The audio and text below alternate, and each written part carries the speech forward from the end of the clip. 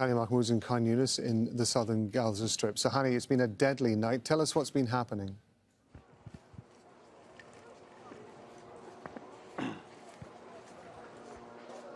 Yes, indeed, a very deadly and bloody night for Palestinians, not only in the southern part of the Gaza Strip, even though it's very concentrated in Khan Younis and Rafah, but also in the central part and the northern part of the Gaza Strip. Let me start by the latest in Rafah city, where 4 major residential homes in al-Janina neighborhood and a small refugee camp in Rafah city were completely destroyed, and that another area at the entrance of Rafah city, the total was 4 residential buildings. We're talking about residential building made of a 3- and 4-story high. Were completely destroyed. 35 people have been reported killed and multiple other critical injuries. But the worst of these attacks happened here in Khan Younis, where a commercial center, a commercial building at central Khan Younis, an area that's supposed to be safe, where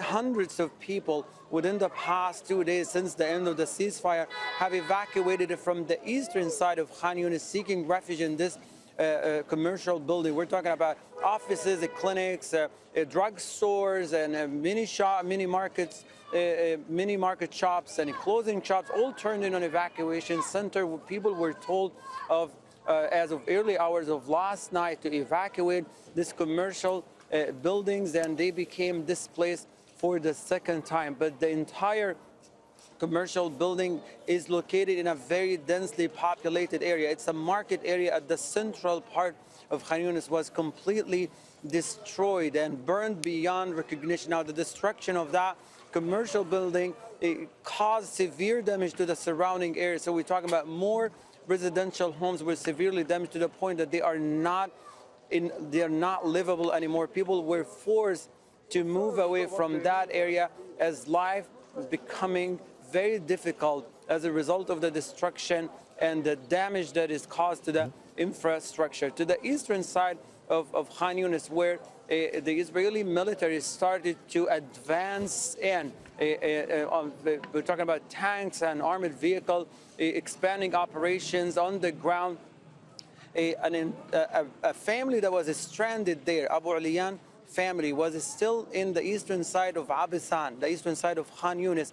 We're still there. We're trying to evacuate when their 3-story building was shelled by tanks and destroyed completely. There are reports about many people who have been killed. They're still in that area. Ambulances and civil defense crew on the ground are unable to reach the area as it is under heavy fire and tank shells.